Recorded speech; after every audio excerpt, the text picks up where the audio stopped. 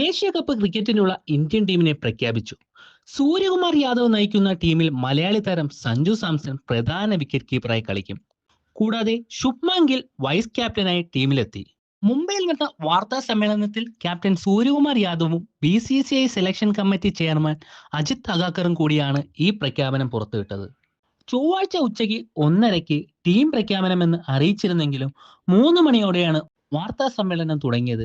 മുംബൈയിലെ കനത്ത മഴ കാരണം BCCI പ്രതിനിധികളും പലരും വൈകിയാണ് BCCI ആസ്ഥാനത്ത് എത്താൻ സാധിച്ചത്.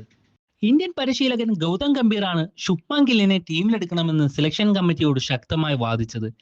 ഗില്ലിനെ വൈസ് ക്യാപ്റ്റൻ സ്ഥാനം നൽകിയതും ഗംഭീറിന്റെ താല്പര്യപ്രകാരമാണ്. നമുക്ക് ഏഷ്യ കപ്പിനുള്ള ഇന്ത്യൻ ടീമിനെ പരിശോധിക്കാം.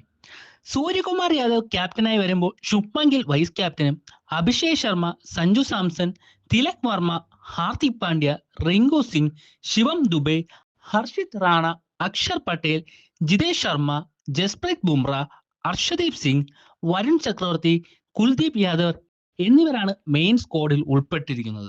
പ്രസിദ്ധ് കൃഷ്ണ, വാഷിംഗ്ടൺ സുന്ദർ, റിയാൻ പരാഗ്, ധ്രുവ് ജുറൽ, യശസ്വി ജയ്സ്വാൾ എന്നിവരെ ടീമിന്റെ സ്റ്റാൻഡ് ബൈ താരങ്ങളായി നിലനിർത്തും. നിലവിലെ ടീമിലെ ആർക്കെങ്കിലും പരിക്കേറ്റാൽ മാത്രമായിരിക്കും ഇവർക്ക് അവസരം ലഭിക്കുക.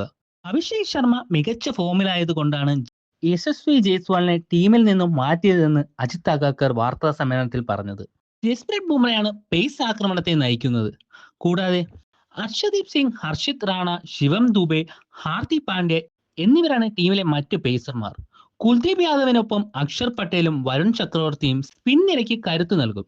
T20 ഫോർമാറ്റിലുള്ള ടൂർണമെന്റിന്റെ ആതിഥേയർ ഇന്ത്യയാണെങ്കിലും മത്സരങ്ങൾ UAEയിലാണ് നടക്കുന്നത്.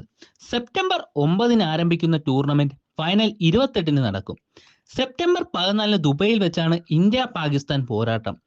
ഇന്ത്യ, പാകിസ്ഥാൻ, UAE, ഒമാൻ ടീമുകളാണ് ഗ്രൂപ്പ് എയിലുള്ളത്. ശ്രീലങ്ക, അഫ്ഗാനിസ്ഥാൻ, ബംഗ്ലാദേശ്, ഹോങ്കോങ് ടീമുകളാണ് B ഗ്രൂപ്പിലുള്ളത്.